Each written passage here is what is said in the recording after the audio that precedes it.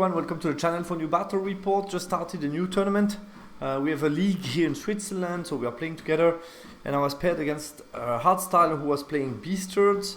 My list remains the same as you saw in the previous battle report, and this was my opponent's list. So he's playing Master Evocation, then he has BSB with the Great Totem Bearer, big block of Wildhorn, small block of Wildhorn in ambush, 12 Mongrel Riders, 12 Centaurs, 2x6 Minotaurs, a Razortusk Chariot, 3 Razortusk Herd, who can act as chaff, the Bora Beast, also very useful, and then double Gortak, so quite aggressive list with a lot of combat power. We play Divide and Conquer on Encircle. On the primary, Divide and Conquer, I think he's going to have an advantage over me because he's going to, it's going to be typically the type of game. Path to victory for me is range damage. His path to victory is combat, so we are attack versus defense, and the attacker is going to have map control, and map controls mean primary win usually on Divide and Conquer.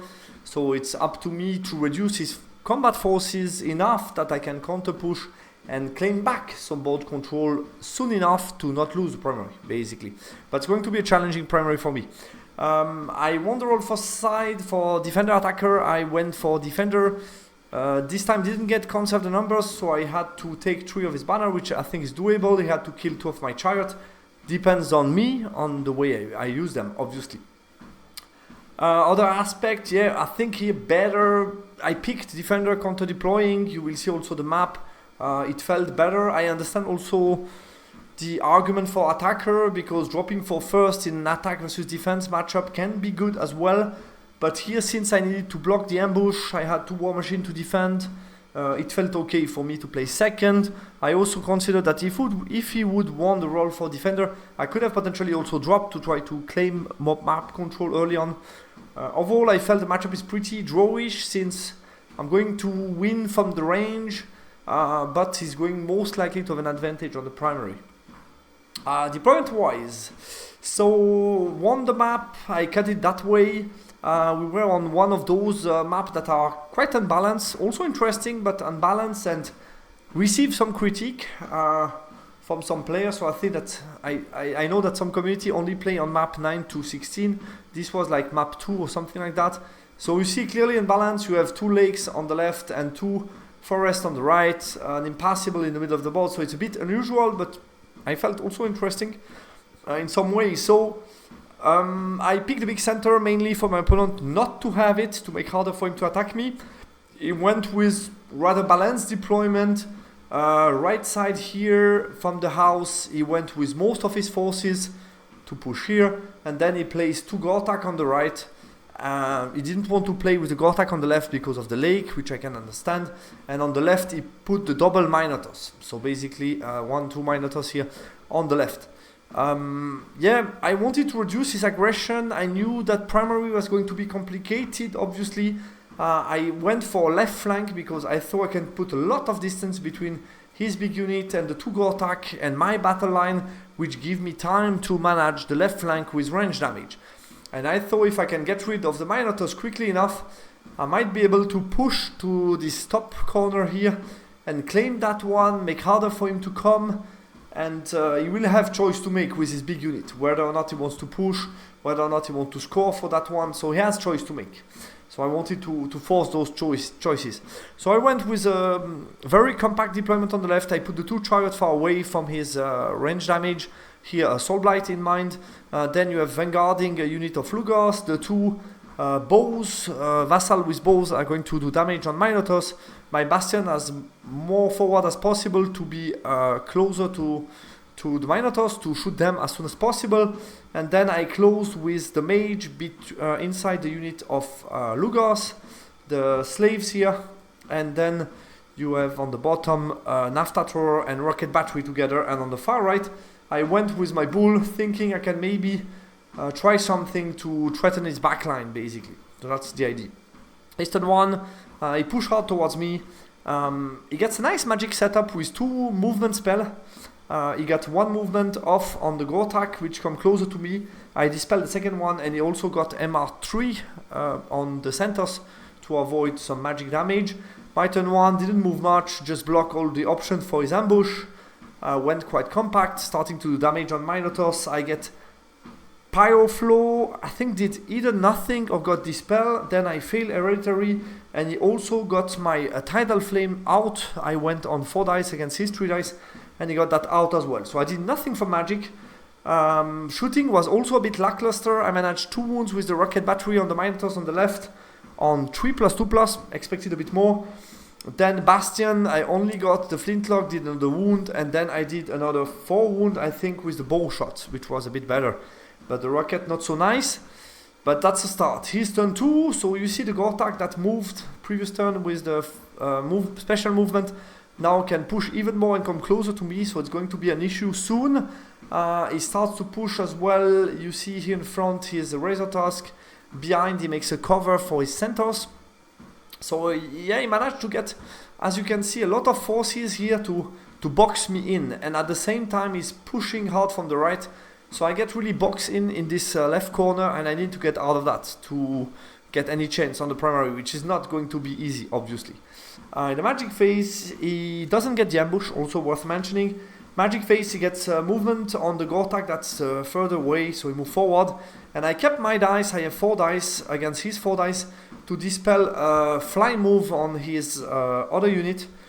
He didn't roll high, he rolled only a 10, but on 4 dice I roll a 9, so I didn't manage to dispel it, which is annoying because the Pumbaa can get really close to me, Razor Tusk, and therefore they block a little bit my Bastion from pushing more forward, from choosing my targets, so not ideal, obviously, the double movement. My turn 2. I didn't charge the Razor Tusk. I could try to tell them, they were far away from discipline. I think they have like 6 or 7, I would say 6. I had the chance to make them flee through the Centaurs, but yeah, I felt definitely we want to shoot with the Bastion, and also I wanted to move out with the Pyro to do some damage. So I repositioned everything, ready to shoot at the Razor Tusk. I also, when charging, I would struggle to chaff the Gortak and be within range. I hate that rule on the slaves. Just lost on the march 6 models for nothing. I think this rule just has no sense, to be honest. I think this needs to go out. I would just delete the rule. I think slaves are not played at all at the moment, and it just makes complexity and just an annoying feeling when you play in unit and you think I march and I lose D6 model. It's a bit stupid. So I needed to keep the Bastion in range. That's why I needed to move the Bastion also for the slave to chaff and get leadership 9 rollable, obviously. And that was it. So I was able to get also the Lugar for the leadership 6-inch, and then the 12 for the BSB, and that was it. In the magic phase, I got Tidal Flame on Centaurs, which was surprisingly effective. Killed 6 Centaurs. Pyro Flow on Minotaurs, 4 dice against 5. I get that through, and this time it's not a blank magic phase at all. I kill 9 wounds of Minotaurs with a reroll to wound Pyro Flow. Crazy amount of damage with these 2 spells. Pyromancy this turn. Rocket Battery is going to disappoint a little. I get 0 wounds on the Gortak, and the shooting is also going to be a bit disappointing from the Bastion. I only kill 1 model. I made sure that he's chaffed, even if I kill only 1 model, to make sure he cannot wheel past me. So I kill 1 model. It's a panic check, I would say on 6, if I recall correctly. And he made that check. Would have been nice to make him flee, obviously. But he made that check, and I didn't do so many wounds, so yeah, a bit lackluster. You see the odds from Rocket Battery against Gortak are not that amazing due to Resilience 7, obviously. So I'm on 3+, 5+. It's not that crazy good, and 0 wound can happen, obviously. That's about it. His turn. Double charge me with Centaurs and Razor Tusk, so no stand and shoot because of the Razor Tusk. Which did matter. Then he got the Briar Beast out to triple chaff, or double chaff at least. The Chariot and the Lugars cannot charge into the combat. He charged with the Gortak into my Oxlave. I hold on 9 rollable, which was important. And then he got those guys in front of my Lugars to then make sure his Gortak here can come freely. I couldn't also get that guy, so he can push freely and push his big unit as well. So yeah, he's getting into very big aggression. This guy will reveal to be very precious because he's scoring, so he's going to be all the way back to score and score again. So it's going to be annoying for me, but I cannot really get rid of him because I have better targets to manage, more important priorities, we could say. Magic phase, he tried to soul blight my bull, which I was happy to let go, to be honest. I wanted to stop the boost into the combat. He only got the Great Totem Bearer in range, so I wanted to stop that one. So yeah, soul blight didn't do anything to my bull. On average, it should do between 1 and 2 wounds. Then +1 attack and +1 attack on the Centaurs, he tried. But I dispelled that one, and the distracting I dispel as well. So he got no buffs into the combat, which means it's not that good as he can. So first of all, the Gortak kill my slave, overrun only a 1, so it's nice for him because he get better line of sight. And the other one, yeah, he's not going to do much. I think he does like 4 wounds to me, but I'm on +3 on static. I kill some Centaurs, 2 wounds on Centaurs and 1 wound I think on the Razor Task. He's still here with the Centaurs. Check on the 6 and I think on the 5 for the Razor who flee. So at least one of them fled. But yeah, it was a risky one. I would have been happy to be free and be able to shoot, but it's not the case. So my turn, I charge with the Chariot into the Brer Beast. I charge with the Lugos against his Chaff, and I check that I can easily reform here and be ready for the Gortak, and his big unit would be on a 6, which I can make it impossible due to the Nafta Tor. So I just need to hit with Nafta. I start to activate with the Bull. Here we're stuck in combat, and the rest I reposition. The good thing for me is the Razor at least are chaffing his Chariot. So at least that's something, and they're unlikely to rally because they are unruly. So that could be something helpful for me. And the magic phase. We get he binary scrolled the Flaming Sword. I think didn't want that, maybe on my Lugos or maybe on the Rocket Battery as well. So he binary scrolled that one. I get Pyro Flow on the Minotaurs, he dispelled. Then I get Dragon Roar into the Bastion. I felt it's quite important. First of all, to make sure I get rid of the Centaurs. And second, I can reform. I was out of charge of the minimal charge, charged movement, we could say, of Gortak and Minotaurs, which means I can get a Flaming Token with my Vassal Levies on the Minotaurs. And then I have a reroll to wound breast weapon, which is very interesting for me, and stand and shoot as well. So that's going to be dangerous for him, no matter what. And my aim was to put a token here and a token on the Minotaurs to basically make sure that both are on the token, so it's going to be dangerous for him to fight against Flaming. Another good thing, I got on 2 dice Hereditary, luckily on the other Gortak, which simplifies me the situation, so I get Hereditary here, which is nice because of the token. Rocket Battery this time delivers 4 wound on the Gortak clear to the house, which was nice, but the Nafta Thrower did roll a 1, which was unfortunate. Close combat, I broke the Ambusher unit, he lost by 4 or 5, broke, I killed the Centaurs, I killed the Brer Beast, so that's going well. Now his turn. I charged me with the Gortak, I made the turret check 9 rollable, I stick. He made the charge with the Gortak on a 3+ into the machine. War Machine gets no overrun whatsoever. He charged before with the Minotaurs into my levies, which I had to flee because it was like a 5+ in my flank, too dangerous. I fled that one off the board. He failed charge due to unruly. And then he charged me on 6 with his big unit of Wildhorn. I think, to be honest with you, he could have also charged the Lugos. And I think it's way better because then he could have gone overrun here, overrun the second War Machine. It would have been awful for me. So yeah, the Nafta not hitting was unfortunate, and then he makes the 6.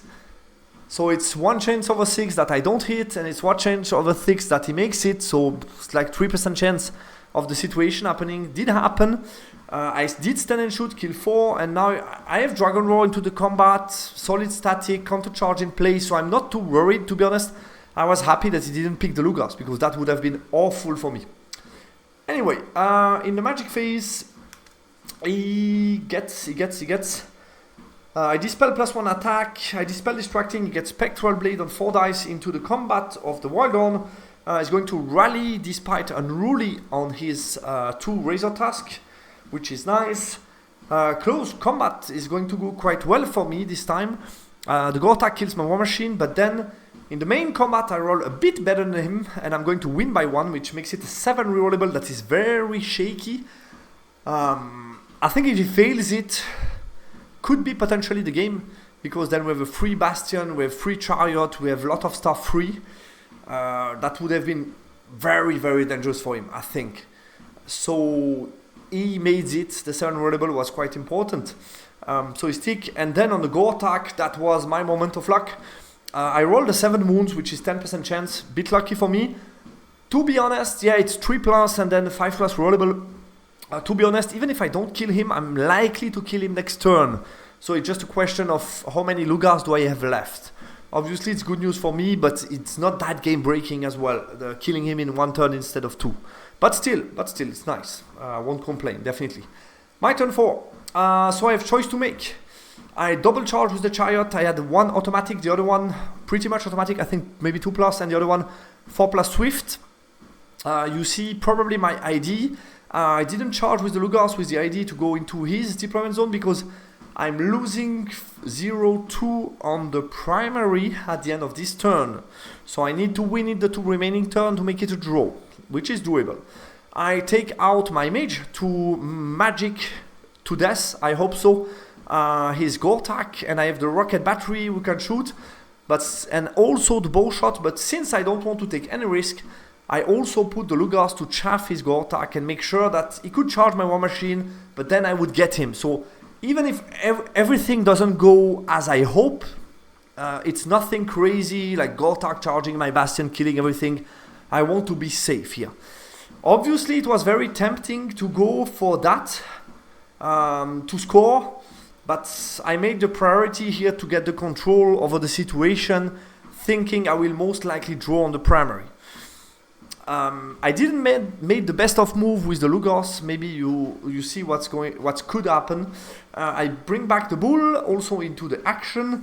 In the magic phase, I going to get a pyro flow into the go attack, 6 up rerollable. He gets a 5-up armor save. I make 3 wounds, he make 2 5-up armor save, so I make only 1 wound. Bow shot will do nothing, rocket battery will do nothing, so yeah, it's a bit less than 75% chance of killing him. Could happen, I would have liked to get rid of him because he's going to cost me points. The other combat obviously goes well, double chariot, the static and so on. I'm going to double overrun into the Minotaurs who have a flaming token, so I was feeling that should be the game here. That should be the win, at least. Okay, turn 5. I charge into my war machine. I think we made that correctly since he couldn't close the door. He had to make my war machine turn around. It's not going to change much. It's going to eat the war machine. I'm going to charge him.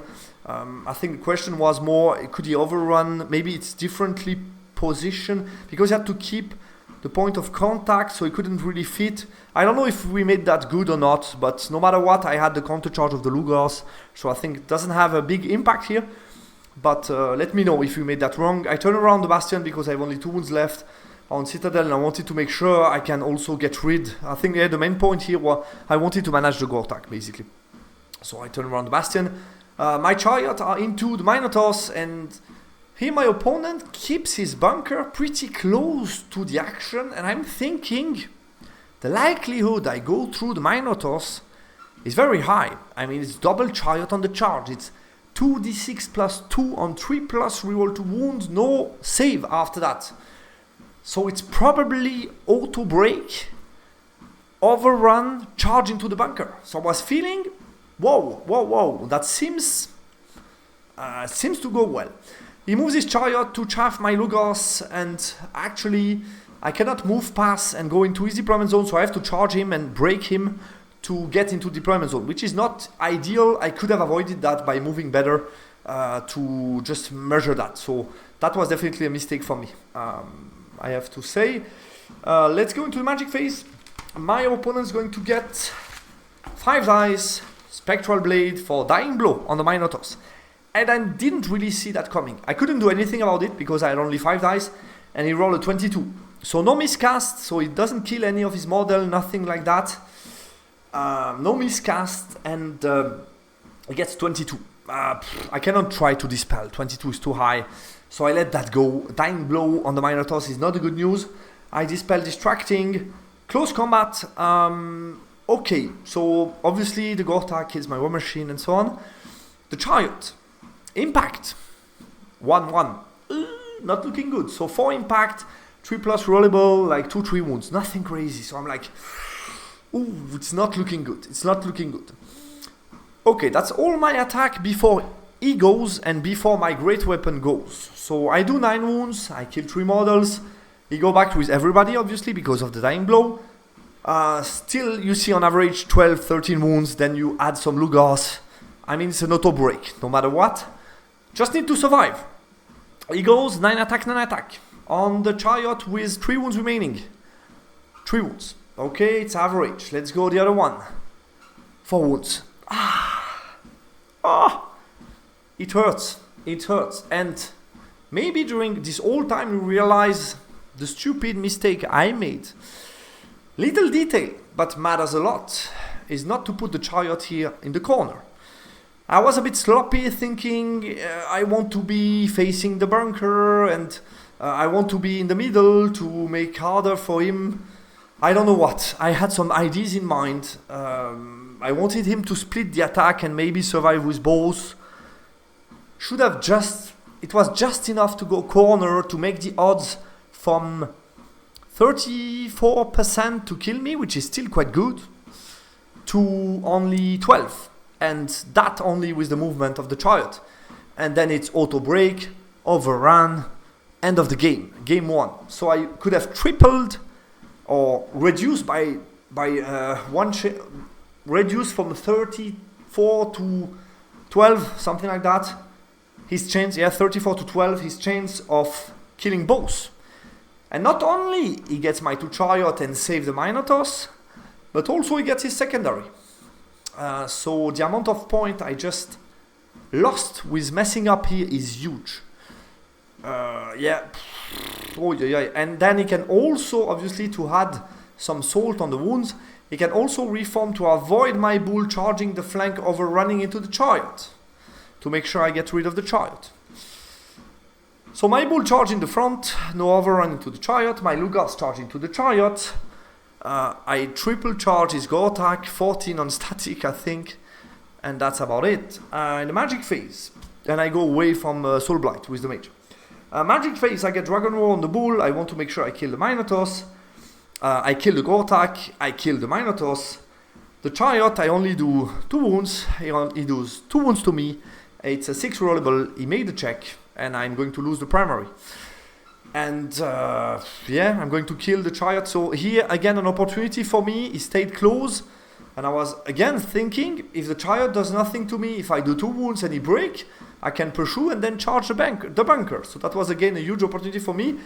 But obviously I'm going to kill the chariot this time, and I'm not going to get more than that. I'm going to get a final tidal flame, killing some guys. Then I could Dragon Roar into his mage, but I needed to get Dragon Roar on 2 dice because he dispelled Power Flow, and I didn't get that. And I'm going to score only 1 time primary and lose it. And after all setup, I'm going to draw this game. I don't know how, still don't realize really how did I manage to not win this game. I think this game is a perfect example that small details in our game can matter a lot. It can change a result from a solid win to a draw, or even worse sometimes. So that was just a question of odds and making my odds better by taking the right decisions. And here, to sum it up, I'm not going to read everything because I think I've been talking enough, but I think to sum it up, there are 2 key mistakes that I made, and both of them cost me the game here, cost me the win of the game. First one is the positioning of the Lugar to make sure that on turn 5 I can enter his deployment zone and therefore draw the primary. That's a mistake that cost me 3 points. That's my own mistake. Second one is obviously the chariot maximization. By not putting into the corner, I didn't boost my odds to survive with the chariot, take the Minotaurs and much more, probably much more, while saving the secondary as well. That's another delta of I don't know how many points, like 3, 4 and even more points. So that's 2 key mistakes that I made in this game. And they don't seem big, that those kind of mistakes, you know, you're like moving the Lugars, thinking, okay, I need to look a bit at the Minotaurs. if that doesn't go as I plan, and then I can take them and so on. I want to be also in the primary, so you try to do too many things. And you're like overcharging your unit, but you're not achieving the main goal here. And the main goal here was just one purpose, go into the deployment zone. And that was doable. So yeah, disappointing because I've been just sloppy on those little things. And that's just about the details and playing with discipline. I think that's about it, because I knew what I needed to get done. I mean, the ideas were there. I had the ideas, I had the plan. It was just about the execution of it and be disciplined about it. And I think it's a great lesson for me, maybe for you. You also had probably similar experience. Yeah, I think the rest is sums up here if you want to read about it. I think I tried to minimize the rush. My opponent decided to go at me, which was interesting. It took some advantage in the primary. I had the occasion to come back. We had done some dice event, which is always going to happen. And then those mistakes for me. I think for him, what we can regret is obviously the charge on the Lugar instead of the Bastion would have been much, much better on 6. Was unlikely that he get that opportunity, but he should have taken it. And then I think he had some very risky moment. If we recall, we got the Centaurs on 7, then we got the Wild on 7 rerollable, then we got again the succession of, then we had another one, with first the Razor Tusk not panicking. So we had a couple of shaky leadership check. Also maintaining the bunker just behind the Minotaurs for the 5 dice was a bit risky. I think should have positioned differently. So we had some moment where it doesn't show really because he was saved by dice at those moments. But at some moment I think he took either too many risks or was too far with the bubble or was just too close then with the bunker who could have been eaten by the chariot. So he has some moment where it was very hot for him. And I think those moments he could have reduced some of the risk that he took, which didn't cost really at the end, but he could have definitely reduced them. Anyway, very interesting game. I hope you liked it. It was very interesting also for me to analyze. And yeah, that's those type of game. You finish them, you're so frustrated because you think, how is it possible that I didn't win it? And obviously you focus with a hot head after the game. You're going to think, the chariot, I mean, how is that possible? Double chariot into tokenized Minotaurs. My opponent was lucky to 5 dice it and then kill the chariot as well. Yeah, that's true. But that being said, I made a mistake. And that's the added value of analyzing.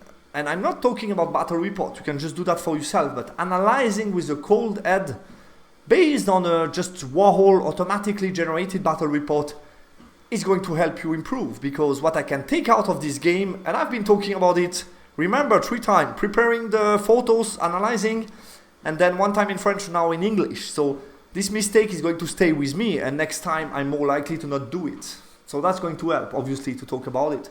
But still, I still believe that just analyzing the picture and thinking, okay, what can I improve? The things that I have a focus on. We have no control of the dice whatsoever. I mean, no control of that. Sometimes you're going to be lucky, sometimes unlucky, sometimes your opponent. Nothing you can do about it. It's a dice game. But what you should focus on is definitely those mistakes. Focus on them. Identify them. Take them with you. And that's what I did in this battle report. 2 key mistakes cost me at the end a big victory, definitely. And that's on me. Nothing to do with the dice. And you will see it's going to be very often that case. It's on you, not on your dice. Take that with you. Take care, guys. Goodbye.